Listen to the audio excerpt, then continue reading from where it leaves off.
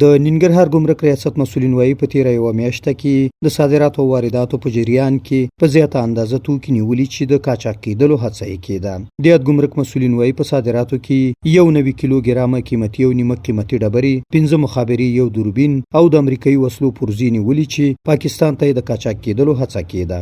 د تیرې یوې میاشتې په جریان کې د ننګرهار محصولي ګمرک او د تورخم امریت ګمرک د ویښو زړورو کارمندانو لخوا په صادراتو کې چې بعضو تجارانو مثال بعض خلکو غوښتل چې په قاچاقي ډول باندې زموږ هیواد نه شیان او بیرون ته وباسي، په دې کې تقریبا 1 کیلوګرامه قیمتي او نیمه قیمتي ډبرې ګیر شوي دي. په صادراتو کې 5 عدد مخابرې، 1 عدد دوربین او یو اندازه د امپور اصلحې پرزجات.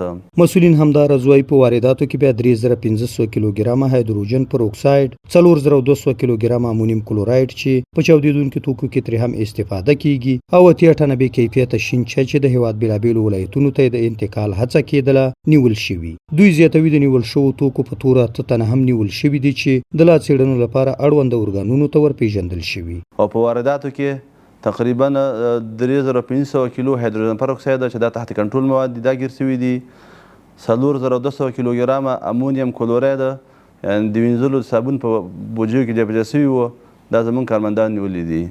او تقریبا 80 ټنه بې کیفیته چای دا زموږ کارمندانو د دې مخنیوی کړی چې دا بازار ته عرضه شي. تقریبا د پورته ممنوعه او غیر قانوني توکو په تړاو باندې په تور باندې 8 کسان عدلي او قضایي ارګانونو ته معرفي شوي دي.